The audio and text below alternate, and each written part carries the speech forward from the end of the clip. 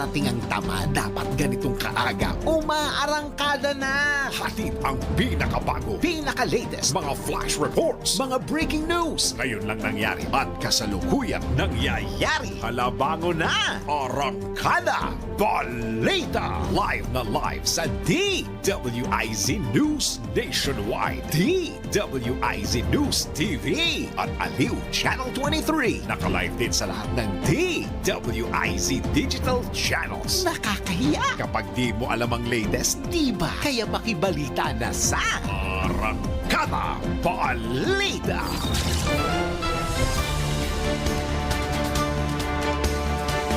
Magandang araw Luzon, Visayas at Mindanao. Ngayon po ay araw ng Thursday, March 27, 2025.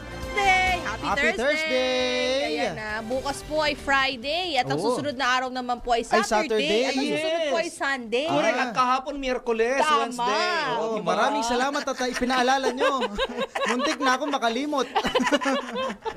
At kayo po nakatutok sa Arangkada Balita. Kami po inyong mga kasama, Angelo Baño. Sa ngalan po ni Daryl Justin, Angelo Baño. Ayan, baka ikaw na maging regular dyan. Lagi ko nakakalimutan, sorry. Mag-regular ka na kaya. Anto ako. Correct, oo nga. Kaya na mag-guess. Antok ako. Parang Daryl, enjoy jam. Balik ka agad. Ayan, Main Barreto. Virgin Anton! Arangkada Balita! Mga malalaki, mga pinag-uusapang mga balita. Arangkada Balita! Headlines! Nakuha na po natin ang headline sa Arangkada Balita. Senador Amy Marcos tuluyan ng kumala sa alyansa para sa bagong Pilipinas late ni Pangulong Bongbong Marcos Jr. Arangkada Balita! Rehabilitasyon sa EDSA Southbound nakatakdang simulan sa susunod na buwan ayon sa DPWH. Arangkada Balita! Tumataas na presyo ng itlog tinututukan na ng Department of Agriculture. Arangkada Balita! Balita sa ibayong dagat, death toll sa wildfire dyan po sa South Korea. Pumalo na sa 24. Arangkada Balita!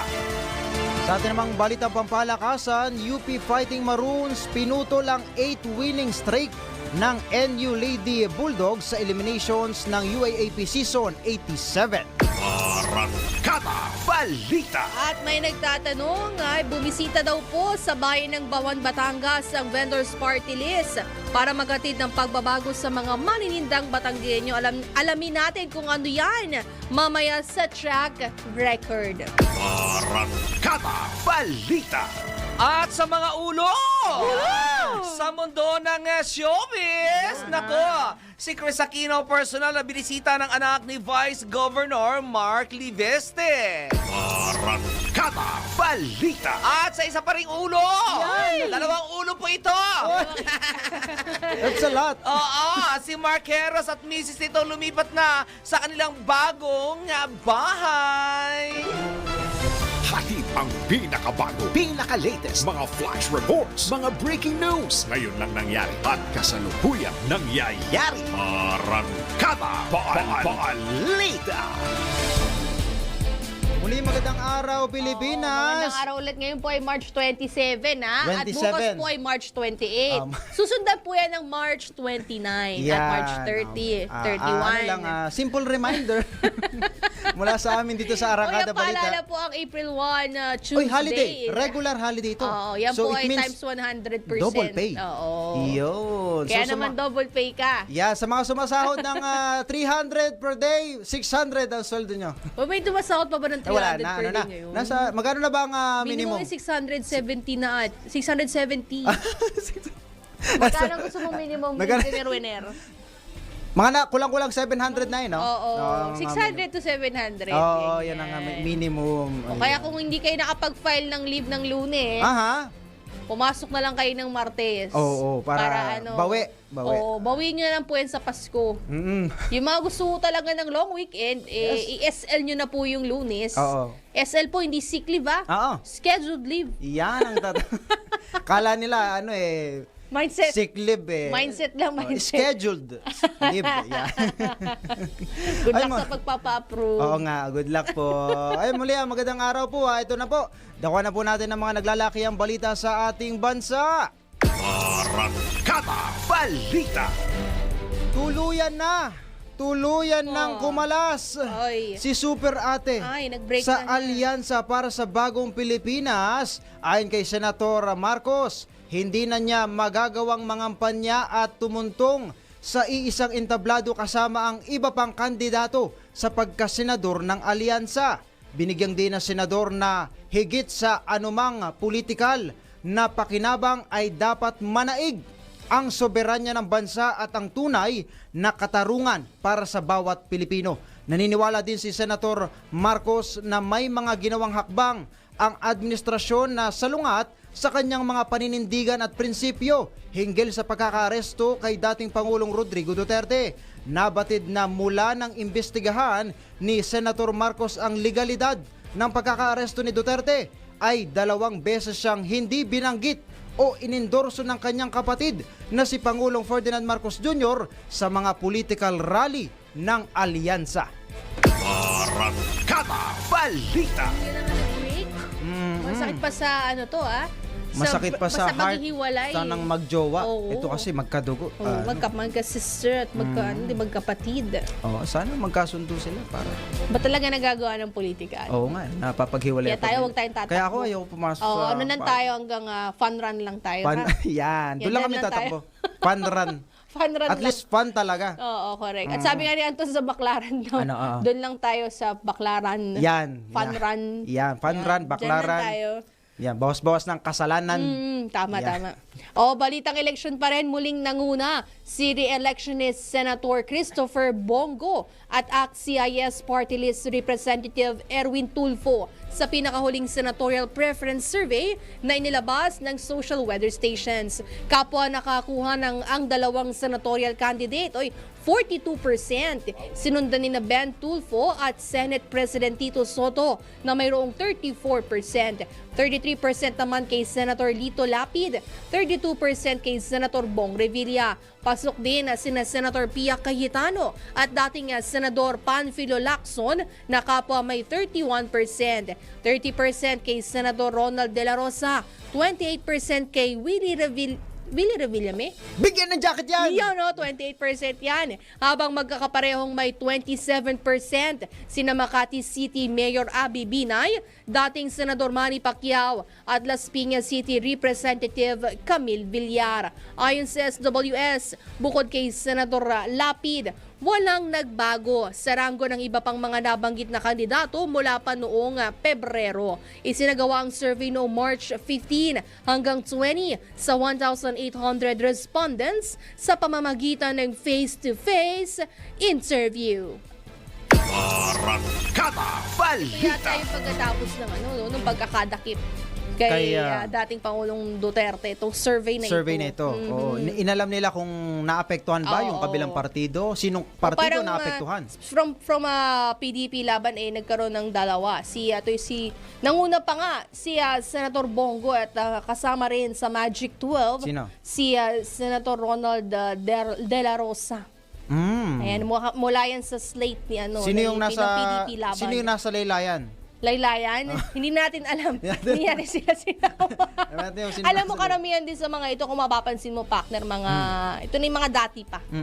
Yung mga, kumbaga, yung mga pamilyar, hindi pala pamilyar. Yung mga dating mukha, Dating mukha yun na. sila yung nasa Magic 12. Except lang dito sa mga bago, kay Camille Villar Yan. at kay Mayor Abby Binay. Mga Yung the tumatakbo. rest, mukhang puro datihan na. Datihan na. Luma na. Oo, Pero bago re-electionist. ang grupo. Ayan, ganyan. Mag-comment nga kayo sa ating comment section sa ating Ayaw Facebook namin. Live kung gusto nyo ba May premyo ba? gusto nyo bang sumubok ng bagong kandidato sa pagkasenador o kasi yung iba parang katwiran nila wala na naman mawawala Ganon Oo din naman, naman kung oo. sino iboto mo. Saka hindi. Subukan kaya, na natin itong iba. Hindi. Yung iba kasi gusto subok. Yung Subok na. Oo. Subok na. Oo. Kanya-kanya Let's din see. yan. Let's see. Magpa-premyo ka daw, magko-comment ako. Sige. Dali na. Sige, abangan niyo po kami. Ay. Oy, tuloy-tuloy po tayo sa balitaan. Ito po, nakatakda ng simula ng Department of Public Works and Highways sa susunod na buwan ang rehabilitasyon ng EDSA southbound lane. Ayon kay DPWH Secretary Manuel Bonoan, plano nilang simulan ang nasabing rehabilitasyon sa kalagitnaan ng Abril at inaasahan naman itong matatapos sa Nobyembre. Aniya, ito'y upang hindi na umabot sa Disyembre ang pagkukumpuni kung kailan inaasahan ang mabigat na daloy ng trapiko dahil sa holiday rush. Dagdag pa ni Secretary Bonoan, ikinokonsidera rin nila na simulan ang rehabilitasyon ng EDSA sa Holy Week kung kailan magaan ang usad ng trapiko. Arangkada Balita. Maaring palawigin pa hanggang bukas ng grupong Manibela ang ikinasa nitong 3-day transport strike. Ayon kay Manibela Chairman Mara Valbuena, dapat suspendihin ang pagpapatupad ng Public Utility Vehicle Modernization Program.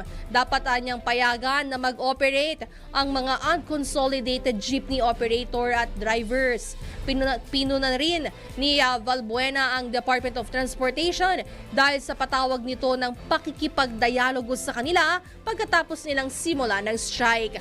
Dagdag pa ng chairman ng Manibela, nais nilang si Transportation Secretary Vince Dizon na lamang ang humarap at makipagdialogo sa kanila. Nabatid na inakusahan ng nasabing grupo ang Land Transportation Franchising and Regulatory Board na mali ang consolidation data nito sa mga PUVs.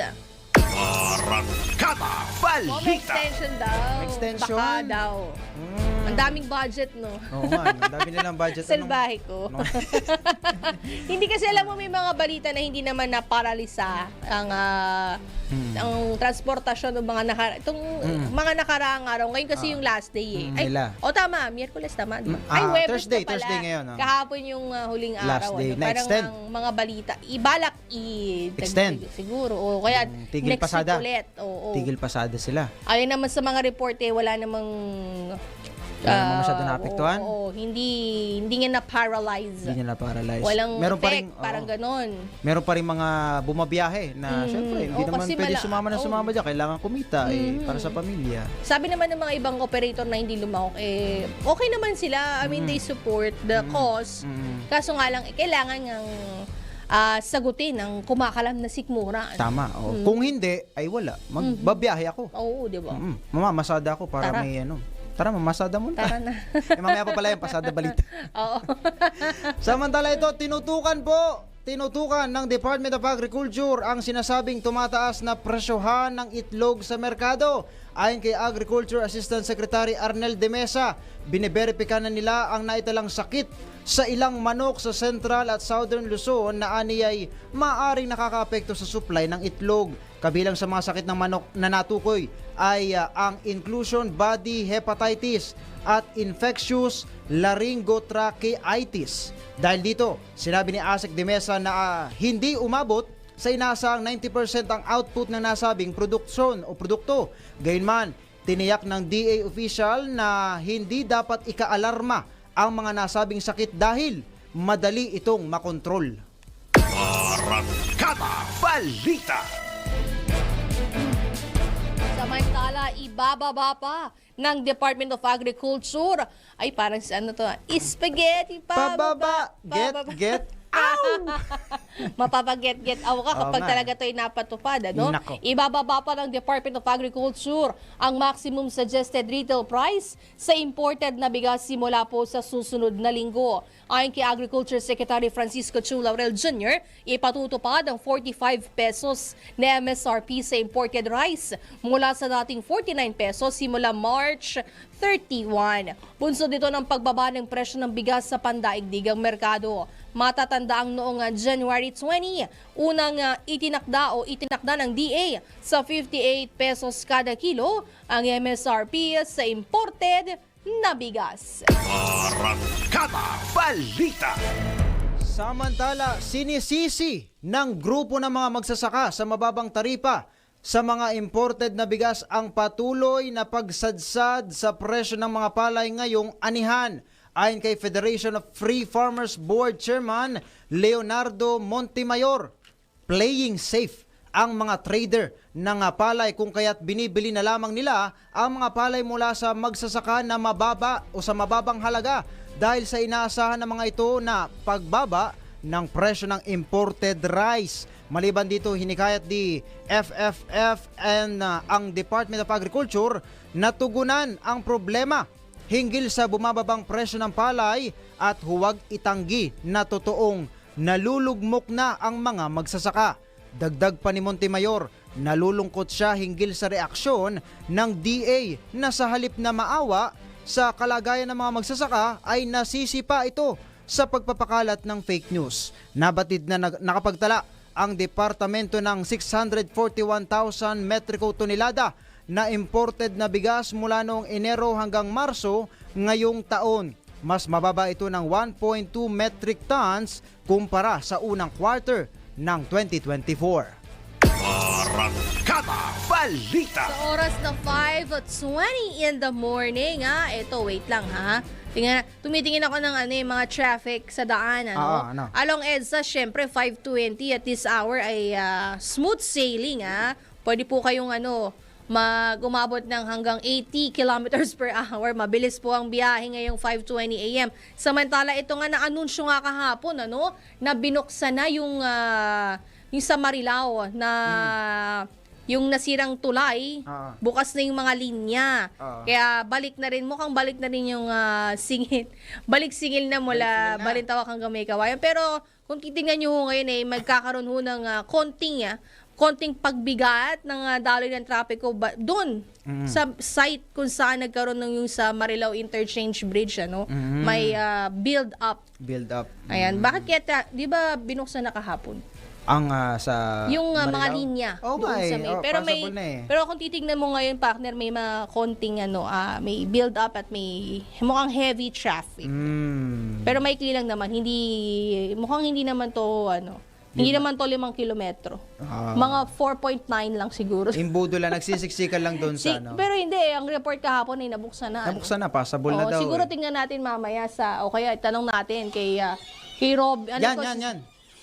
Ayan ba yung may sun Marilao yan? ba dyan? Sa Ano ba aking mapa, traffic. Napakapula. Dark red. Ang kulay. Ayan, no? Saan Nakikita ito? niyo? Sa Saan Bukawi yan? Toll Nababasa Plaza, mo ba? doon sa may bandang ibaba, sa kanan, sa inyo pong kanan, sa mga nanonood sa social media, sa TV. Ayun, medyo smooth pa yung daloy. Pero sa May maps, trapiko. mabigat ang daloy ng trapiko dyan po sa may bandang Marilao. Ang layo na nun. Sa Bukawi. Malayo na yun. Malayo na yun, mga nagbabakasyon na yun nandun. Correct. Mga nagsa-sightseeing na yun. Oh my Ayan, samantala, tapos po ang traffic, magbaon po ng biskwit. Oo nga! Pasensya. Oo. Maraming pera.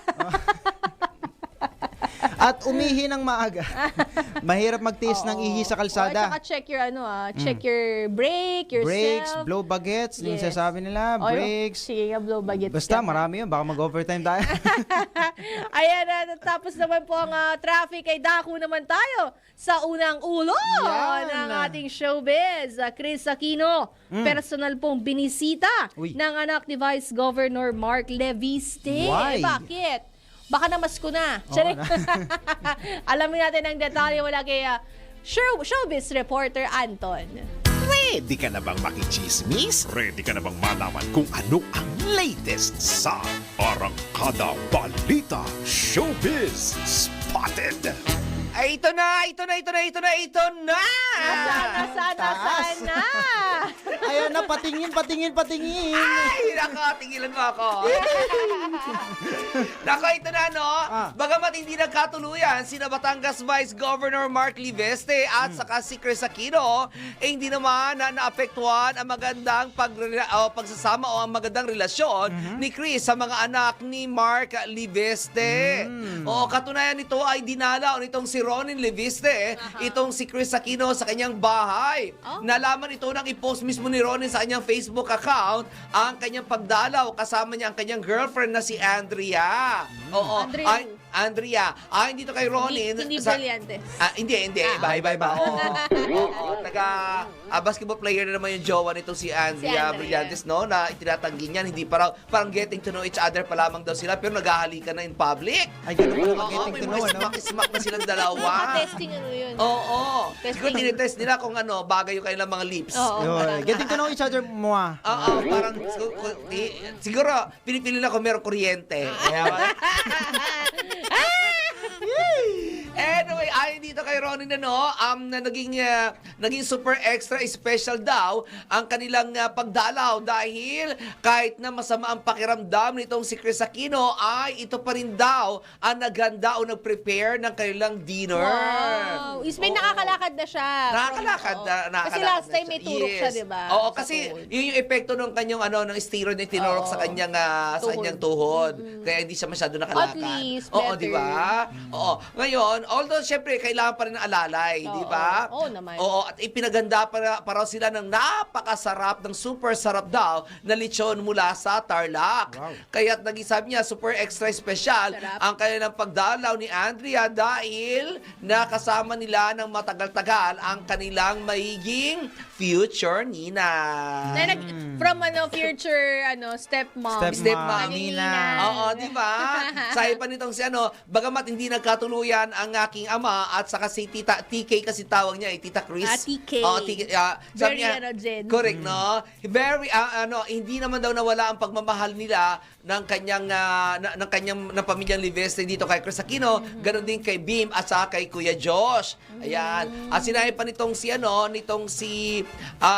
Ronnie na patuloy ang pagdadasal nila na gumaling na itong si Chris Aquino dahil balak pala nito ni Chris na sumama sa kanya para libutin ang Lian, Batangas. Uy. Malapit sa inyo to, diba? Oo, sa amin Oo. sa Batangas. Oo. Yes, so sa Lian, Batangas. And dito ba sa Lian, Batangas yung maraming beach resort? May mga beach resort din dyan. Marami Saka, din.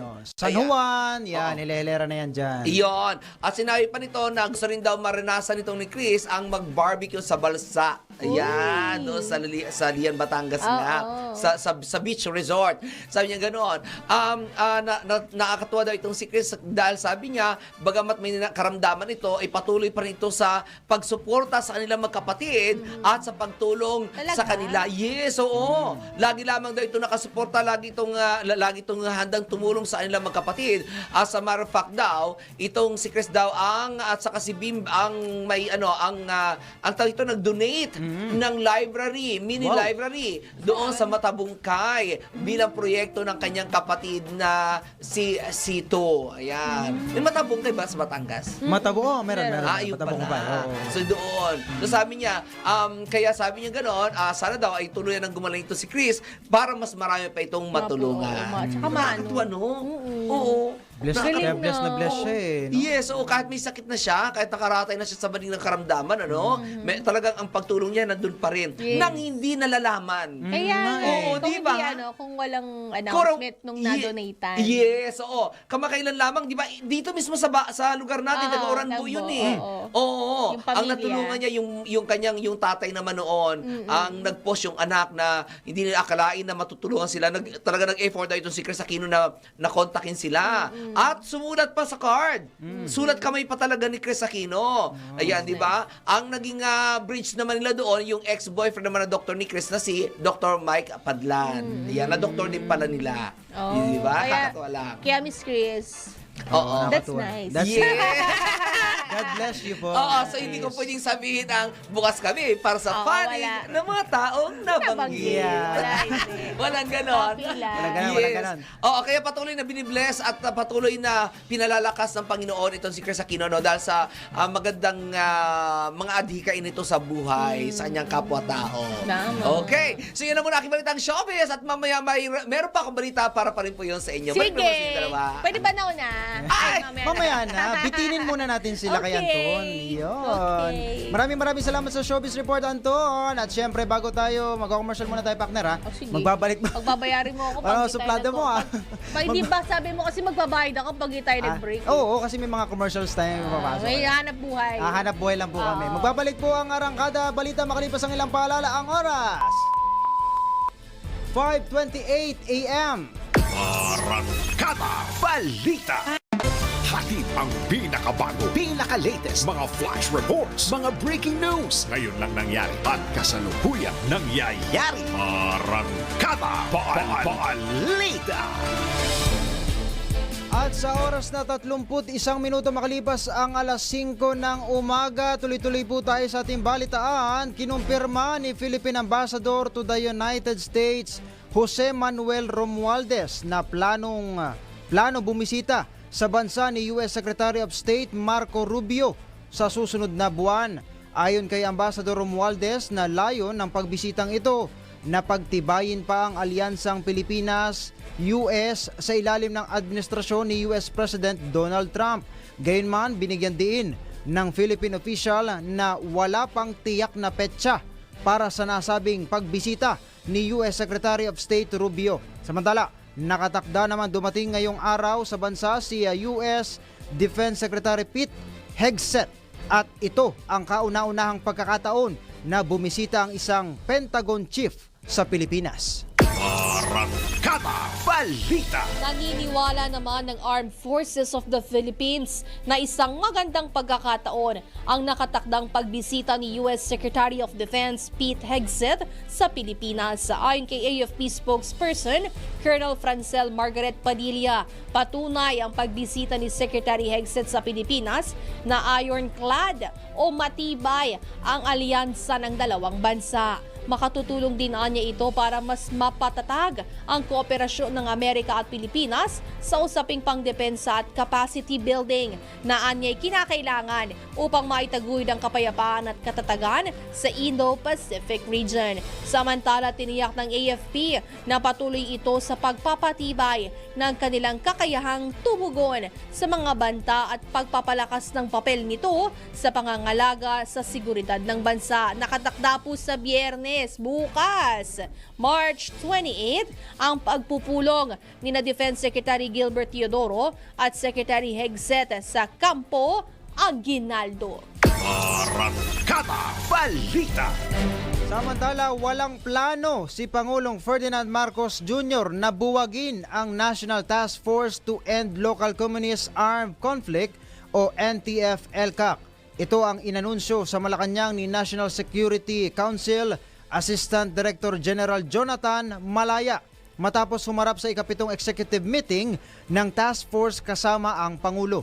Ayon kay General Malaya, kinikilala ng Presidente ang tagumpay ng task force para mapigilan ang mga hinihinalang terrorist activities ng CPP, NPA, NDF. Ikinatuwa din aniya ni Pangulong Marcos ang magandang resulta ng patuloy na pagsisikap ng pamahalaan at naniniwalang dapat ipagpatuloy ang pamumuhunan sa nakamit na tagumpay laban sa mga rebelde.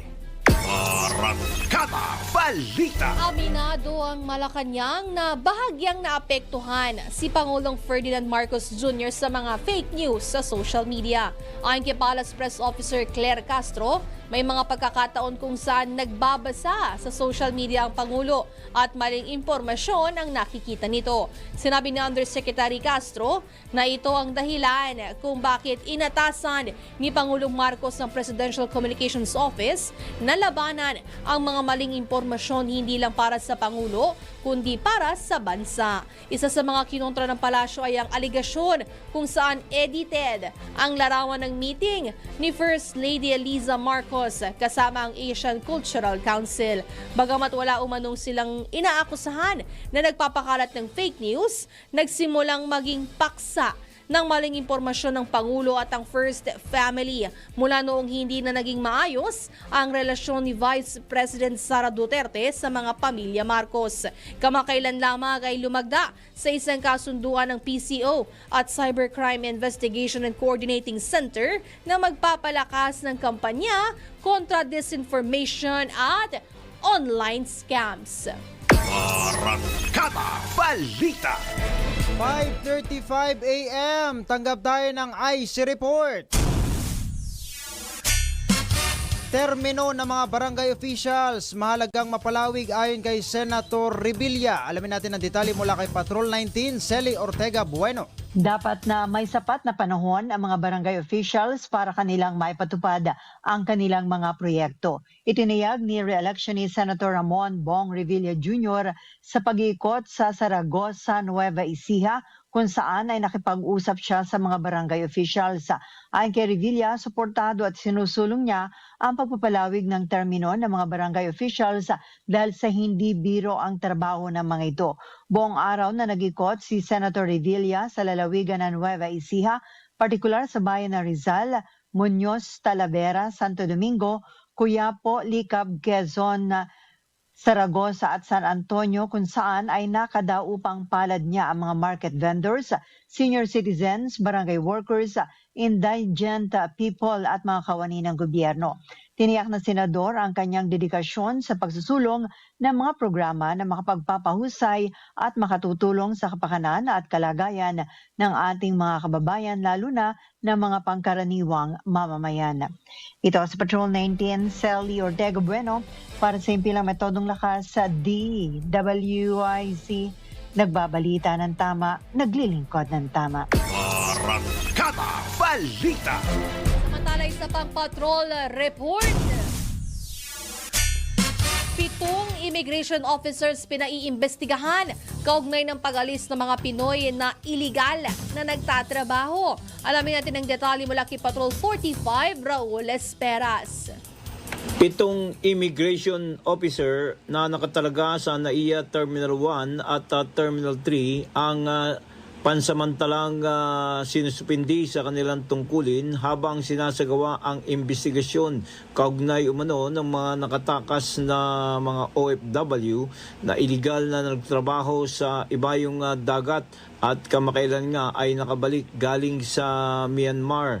Sa ngayon kay Immigration Commissioner Joel Anthony Biado, ang 7 ay kanyang binigyan ng direktiba matapos na lumabas ang pangalan ng mga ito na siyang nagbigay ng clearance upang makalabas ng bansa ang mga OFW o ang mga illegal recruited na OFW na dinala sa Myanmar para magtrabaho bilang online scam operator. Gayunpaman, sinabi ni Commissioner Biado na sa kanilang investigasyon ay aalamin nila kung gaano kalalim ang human trafficking syndicate na nakakapag-operate sa kabila ng ito ay pinagbabawal ng ating batas. Raul Esperas, Patrol 45, nagbabalita ng tama, naglilingkod ng tama sa Impila May Todo Lakas, DWIC. Arangkada Balita. Samantala ito, bumaksak na bagong tulay sa Isabela. Matagal na raw may nakitang mga cracks at iba pang problema. Alamin natin ang detalye mula kay Patrol 19, Celi Ortega Bueno.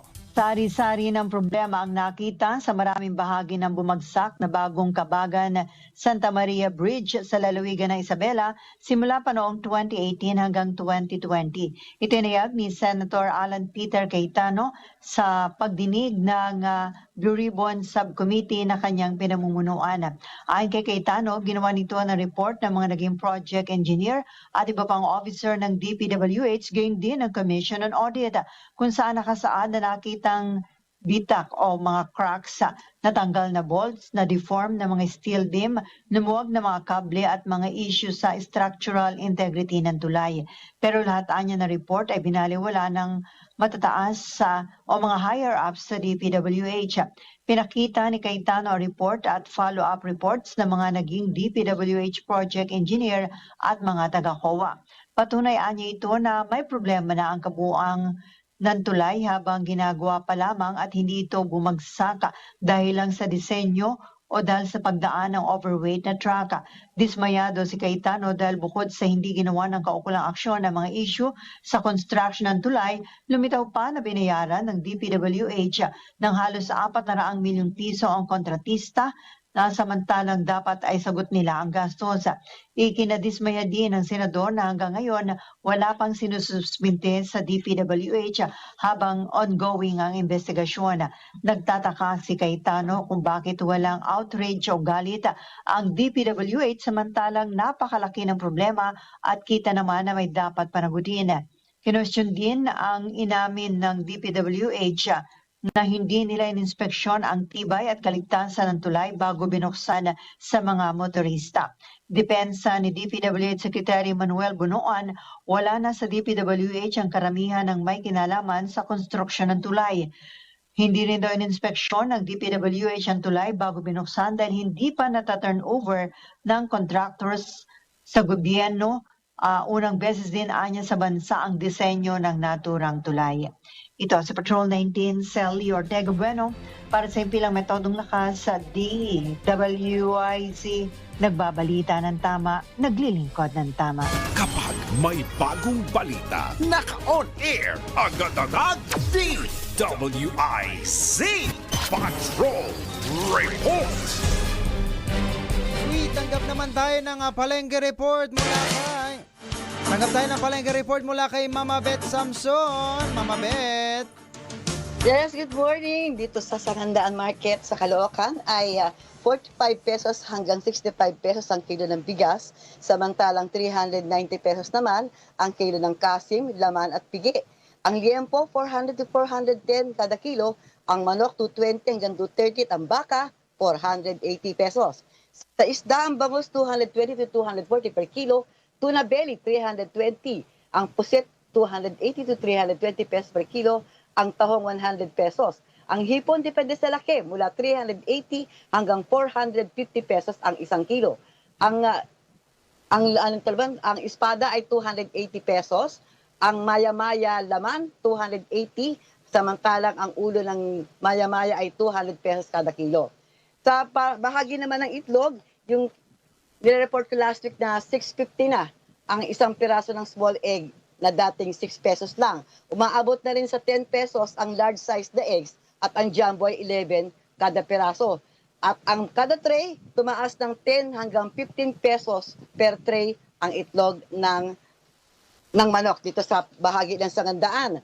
Samantalang dito naman tayo sa presyo ng gulay, ang talong 90 pesos, pwede na magtorta. Ang palaya 95, ang Baguio beans 80 pesos kada kilo, bell pepper na pula 140, samantalang 120 pesos naman ang kilo ng bell pepper na berde. Ang patatas 75 to 80 pesos per kilo. Kalabasa 35 at sayote 35 per kilo. Ang kamatis 30 pesos hanggang 35 pesos kada kilo. Ang sibuyas na pula, 100 to 110 at ang carrots, 70 pesos. Ang puso ng saging, 60 pesos. Samantalang ang munggo para bukas, kalahating kilo, 55 pesos. At ang siling berde, 65 pesos. Ayan muna tayo. Ako pa rin ang inyong palangkik ng DWIC Metro Patrol Beth Samson. Nagbabalita ng tama, nagliligod ng tama. At syempre, nagbabudget at namamalengke tayo ng tama. Arangkada Balita. Maraming salamat sa ating price monitoring report mula dyan sa Sangandaan Market sa May Caloocan. Samantala, isa pang Metro Patrol.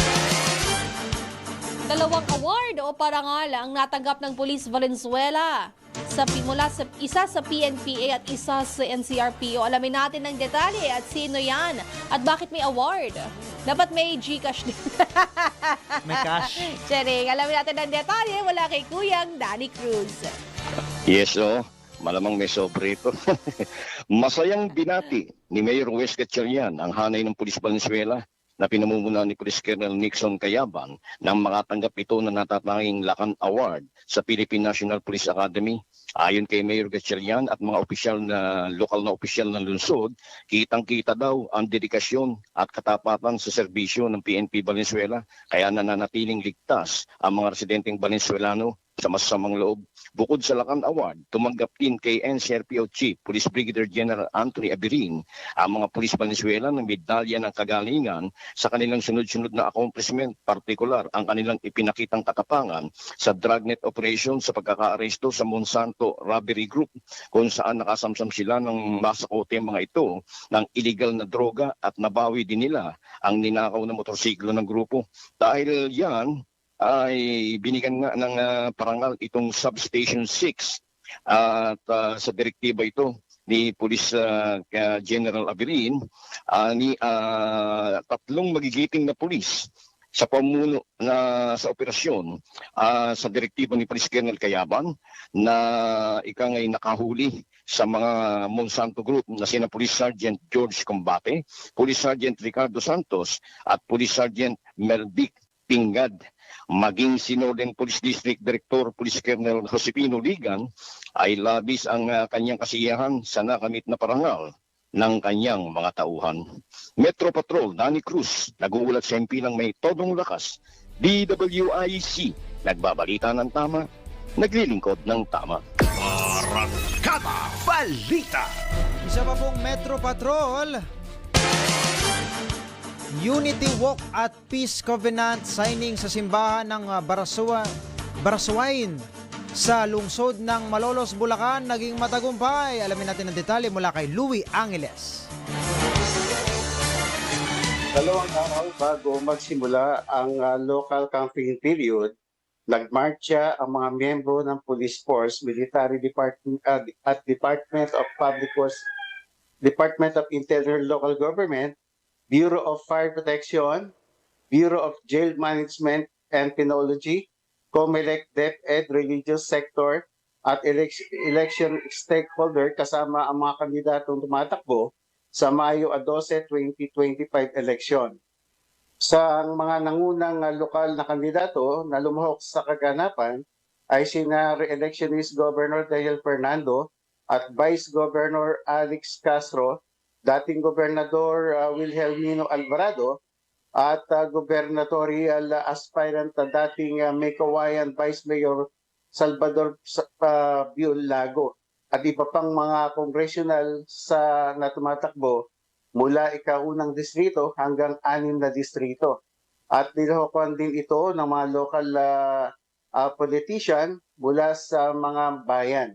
Sinabi ni Bulacan COMELEC Provincial Election Supervisor Mona Campos na ang kaganapan ay naglalayong isulong isang mapayapa, maayos, malaya at patas na halalan ngayong taon ng mapangalagaan ang kasiguruhan ng halalan at mapanatili ang walang marahas na eleksyon. At binalaan din niya ang lahat ng mga kandidato na simula bukas sa unang araw ng kampanyahan ay isasaganap din nila ang offline backlash ng mga illegal poster na nakakabit sa mga pinagbabawal na lugar kung saan ay ito ay kanilang isasakatuparan lahat sa buong Bulacan. Mula rito sa Bulacan, Metro Patrol Luelets, para sa impiyang Metodo Lakas, DWIC, nagbabalita ng tama, naglilingkod ng tama. Arangkada Balita. Magbabalik po ang Arangkada Balita makalipas ng ilang paalala ang oras. 5:48 AM. Arangkada Balita. Hatid ang pinakabago, pinaka-latest mga flash reports, mga breaking news. Ngayon lang nangyari at kasalukuyang nangyayari. Arangkada Balita. Tanggap po tayo ng Ronda Probinsya. Kaso ng dengue sa Cagayan tumaas. Alamin po natin ang detalye mula kay Ronald Idol Domingo. Pumalo na sa 532 kaso ng dengue ang naitala ng Provincial Health Office sa Gan ng Cagayan mula January 1st hanggang March 25 sa buwang kasalukuyan. Ang pinakamataas na bilang na kaso ay naitala sa bayan ng Gonzaga na may 49 na kaso. Kasunod ang lungsod ng Tuguegarao at bayan ng Baggao na may 41 na kaso. At sumunod ang bayan ng Gataran na may 37 na kaso habang sa bayan ng Alcala ay 34 na kaso na ng dengue. Sa Apari, Cagayan, 27, Tuaw at Abulog, 25, sa bayan ng Pamplona, 24 at sa bayan ng Santa Ana at Lasam ay 23 na kaso na. Ayon kay Provincial Surveillance Officer Nestor Santiago, isa sa mga dahilan ng pagtaas ng kaso ay ang limitadong saklaw ng search and destroy operation sa mga barangay. Ang mga barangay officials at health teams ay inatasang mag-inspeksyon sa mga liblib na lugar upang matukoy ang mga posibleng pinagmumuradan o pinagmumugaran ng mga lamok na nagdadala ng dengue virus. Binigyan din ni Santiago ang kalagahan ng environmental sanitation o kalinisan sa kapaligiran bilang pinakamadaling paraan upang mapigilan ang pagkalat ng dengue. Ito ang Ronda Patrol, Ronald Idol Domingo, nag-uulat pa simpilang may tunong lakas, DWIC, nagbabalita lang tama, naglilingkod ng tama. Arangkada Balita. Samantala, mahigit 4 na milyong pisong halaga ng shabu nasabat sa police operation sa Calabarzon. Alamin natin ang detalye mula kay Kuyang Arman Cambe. Mahigit ka 4 na milyong pisong halaga ng shabu na samsam ng PNP Region 4A Drug Enforcement Unit sa tatlong nagkakahiwalay na police operation sa Cavite, Laguna at Rizal. Ayon kay Police Brigadier General Paul Kenneth Lucas, Calabarzon Police Director, nadakip sa Bacor, Cavite sina alias Michael at Matt kung saan 500 gramo ng shabu at isang baril ang na-recover sa mga suspect. Sa Laguna naman, nasa Cotinman si alias Perdi kung saan mahigit 100 gramo ng shabu ang nakuha dito. Samantalang sa Taytay Rizal, arestado sina alias Jason at Tromnick na nakuha na naman ng 30 gramo ng shabu at isang caliber .357 na baril. Nakakulong na ngayon ang mga suspect sa Calabarzon PNP Custodial Center. Armand Cambe mula Calabarzon, nagulat pa simpina may todong lakas. DWIC nagbabalita ng tama, naglilingkod ng tama. Arangkada Balita. DOH naman, DOH Cagayan nagpaalala sa sintomas ng rabies. Alamin po natin ang detalye mula kay Ronald Domingo.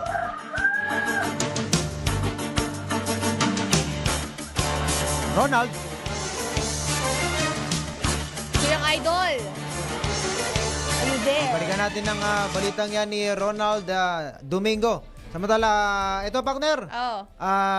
Dakuha na ba natin itong ating showbiz ano? Sige. Alamin na po natin ang balita mula sa ibayong dagat. Mga balitang dapat alam mo kahit sa labas ng bansa. DWIZ. Balita sa ibang bansa. Umabot na sa 24 ang bilang ng mga namatay dahil sa wildfire sa South Korea. Kumalat ang apoy sa southeastern region ng nasabing bansa noong Martes, kaya't napilitang lumikas ang maraming residente. Nangako naman si Acting President Han Duck-soo na magde-deploy ng firefighting helicopter at ground personnel para maapula ang wildfire. Nagtalaga na rin ang pamahalaan ng special disaster zones sa mga naapektuhang lugar. Arangkada Balita. Sa mundo ng palakasan, ang latest malalaman sa DWIZ Sports News. At sa ating sports news, tinalo ng University of the Philippines ang National University sa nagpapatuloy na UAAP Season 87 Women's Volleyball Tournament sa score na 26-24, 23-25, 17-25, 25-23 at 15-12. Pinaranas ng Fighting Maroon sa Lady Bulldogs ang unang pagkatalo ngayong season. Rumatsada para sa UP o sa UP ang middle blocker na sina Ninya Itang. Sorry, slang. UP pala, up. Wala kasing tuldok. Rumatsada para sa UP. Sa UP ang middle blocker na sina Ninya Itang na nagtala ng 30 points. Binigyan din ni Itang na maging sila ay nagulat sa resulta ng laban dahil sa dahil sa nangunguna sa standing ngayon ang NU, ngunit aniya wala silang ibang nasa isip kundi ang laban. Uy, may dadagdag ako sa sports mo. Si Alex Ayala ay magkaroon ng upset win sa Miami Open. Ayan, natalo po niya ang world number 2 sa tennis. Wow. Ayan, Congratulations Alex. Din bukod sa sa UP, congratulations din kay Alex Ayala. Yeah, congrats. At sa ating showbiz naman, Mark Heras at Mrs. nito, lumipat na ng bagong bahay. Congratulations. At dyan po madali. Alamin natin ang detalye mula kay Virginal Showbiz reporter Anton. Ready ka na bang makichismis? Ready ka na bang malaman kung ano ang latest sa Arangkada Balita Showbiz Spotted? Up! Hap, aray, hap, aray. Sana nga. Ay, alam mo na sa aking paboritong news reporter na si Arman Campbell. Yan. Yan, Ang favorite dami ko mo talaga yan. favorite Oo. Pero siya talaga yung bias mo. Yes, so siya lang talaga. Ay, Even before. I know. Oo, ayan. Anyway, kasi di pa ako nakakatikim ng puto pa ni Sino? ni Mama Beth. Ayo. Masarap ang buko pie ni Sir Arman. Oo, correct. saka yung espasol. Oo, correct. ayan. Alam mo, double ano yun eh, double purpose yung espasol, nakakatanggal na ng gutom, tapos ginagawa ka pang pulbos. Maraming use. Tipid tips. Yes, but anyway, going back sa aking balitang showbiz, nako, ito na nga si Mark Heras. Oy, congratulations dahil nakalipat na po. Actually, hindi naman talaga sila lumipat ng bagong bahay, no? Kung hindi, lumipat sila ulit doon sa bahay na pina-renovate nila. Umabot na ng 3 years ang renovation ng bahay na ito. Na kailang tinawag na Casa Corky. Corky? Casa Corky. Corky, kasi ang pangalan ng kailang pangalan na anak ay Corky. Ayan, oo. That's nice. Oo, nung lumipat sila sa nasabi, nung nag-ayos sila ng kanilang mga gamit sa nasabing bahay ay, tawag dito, wala doon si Mark Heras. Ayon dito kay Nicole Donesa na Mrs. ni Mark, nasa shooting daw po kasi itong si Mark, kung kaya't wala ito at hindi ito nakita sa video kasi tinor niya ang kanyang followers doon sa kanilang bagong renovate na bahay na napakalaki. Ayan, so hindi totoo ang balita na naghihirap na si Mark Heras. Oo nga eh. 'Di ba? Naging ano lang siya, matipid lang talaga siya. Oo, tsaka grab kung grab. Yes, oo. Opportunity. Hindi totoo ang balitang naghihirap na siya kaya tinanggap niya ang pagsayaw sa isang gay bar dahil walang katotohanan ito. Okay? So yun ang muna aking balitang. Congratulations sa akin kay Nicole Donesa at sa kay Mark Heras. At yan na po, hello muna sa ating napakapoging boss. Uy. Ayan. Si Sino? Fujidencio. Oo, nakinokorek naman ako. Morning. Hello muna. At syempre, yun ang balitang showbiz at balik na sa inyong dalawa. Akala ko may disclaimer ka pa. Bukas po kami Ay, sa na panig. maimbita ng mga taong nabanggit Yeah. sa inyong bakong bahay. Yeah. Congratulations! So, syempre, maraming salamat kay Anton sa kanyang showbiz report. Yan. At yan na po ating isang oras na balitaan dito sa Arangkada Balita. Kami po inyong nakasama sa ngalan po ni paring Daryl Justin. Ako po si Angelo Bainyo. Main Barreto! Virgil Anton. Antabayanan niyo po susunod na programa ang Pasada Balita kasama sina John Ebañas at Drew Nasino. Ingat everyone! Bye! Walang mararating ang tama. Dapat ganitong kaaga. Umaarangkada na. Hatid ang pinakabago, pinaka-latest, mga flash reports, mga breaking news. Ngayon lang nangyari at kasalukuyang nangyayari. Halabango na. Arangkada Balita. Live na live sa DWIZ News Nationwide. DWIZ News TV at Aliw Channel 23. Nakalive din sa lahat ng DWIZ Digital Channels. Nakakahiya kapag di mo alam ang latest, di ba? Kaya makibalita na sa Arangkada Balita. This